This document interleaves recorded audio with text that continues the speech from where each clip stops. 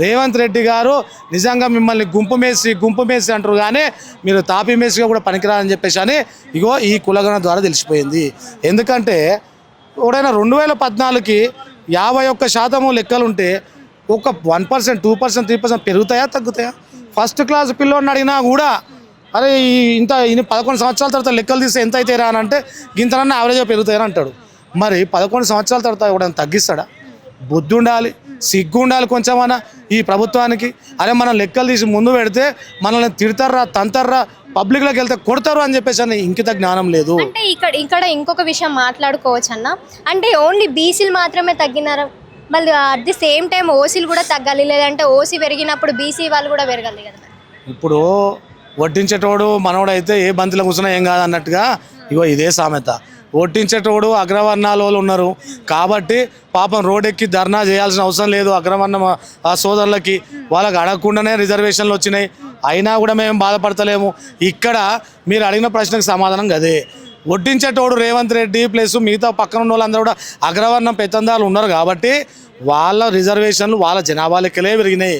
మిగతా వాళ్ళందరూ ఎవరైతే మనం రోడ్లు ఎక్కి కొట్లాడుతున్నామో కొన్ని సంవత్సరాలుగా మా లెక్కలు తీయండి అని చెప్పేసి అని అడుగుతున్నామో మా లెక్కలు తగ్గించారు. కేంద్రంలో చూసుకుంటే దేశవ్యాప్తంగా చూసుకుంటేనేమో కోర్టు వాళ్ళేమో మేము మా లెక్కలు తీయండి అని చెప్పానని మా రిజర్వేషన్ పెంచండి అంటేనేమో మీ కోటా తెచ్చుకోండి, మీ డేటా తెచ్చుకోండి అని పైన కోర్టులు, సుప్రీంకోర్టులు చెప్తాయి. ఇక్కడ లెక్కలు తీయండి రా బాబు అని చెప్పానని కేంద్రంలో అడిగితే లెక్కలు తీస్తే అందరి మనోభావాలు దెబ్బతింటాయి, ఇంకా ప్లస్ దేశ అభివృద్ధిని కోల్పోతామని చెప్పేసి అని ఇవన్నీ మాట్లాడతారు. ఇక్కడనేమో మేము చరిత్రలో నిలిచిపోయేటువంటి పని చేస్తున్నామని చెప్పి రేవంత్ రెడ్డి చెప్తాడు. ఇప్పుడు మా లెక్కలు తగ్గినప్పుడు అయ్యా రేవంత్ రెడ్డి మరి మీ లెక్కలు తగ్గాలి కదా, మరి మీ లెక్కలు ఎందుకు తగ్గాలి? కరోనా టైంలో ఓన్లీ బీసీలే చచ్చిపోయినట్టున్నారు అన్న, మళ్ళీ కోవిడ్ వచ్చి. అసలు మరి చావులు అనేది నిజంగా మీరు అన్నట్టు బీసీలకు మాత్రమే ఉన్నాయా, ఓసీలకు లేవా? లేకపోతే ఓసీలు మాత్రమే రెట్టింపు అయ్యే విధంగా ఉన్నారా? లేకపోతే మా బీసీలో కూడా పెళ్ళిళ్ళు చేసుకుంటలేరా, పిల్లల్ని గంటలేరా, జనాభా పెరుగుతలేదా? అంటే ఇది ముమ్మాటికి కుట్ర, టెక్నికల్గా కుట్ర.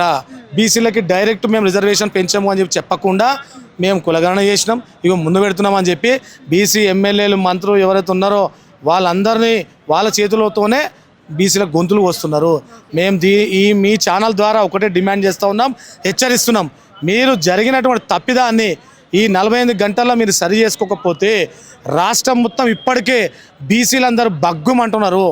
ఎవరైతే ఈ కాంగ్రెస్ పార్టీల బీసీ మంత్రులు కానీ, ఎమ్మెల్యేలు కానీ, ఎంపీలు కానీ, మిగతా చైర్మన్లు కానీ ఉన్నారో వాళ్ళందరూ మీరు కానీ రేవంత్ రెడ్డి దగ్గరికి పోయి ఈ తప్పిదాన్ని సరిచేయాల్సిందే అని చెప్పి డిమాండ్ చేయకపోతారో మిమ్మల్ని రోడ్ల మీద తిరిగానని చెప్పేసి తెలియజేస్తున్నాను.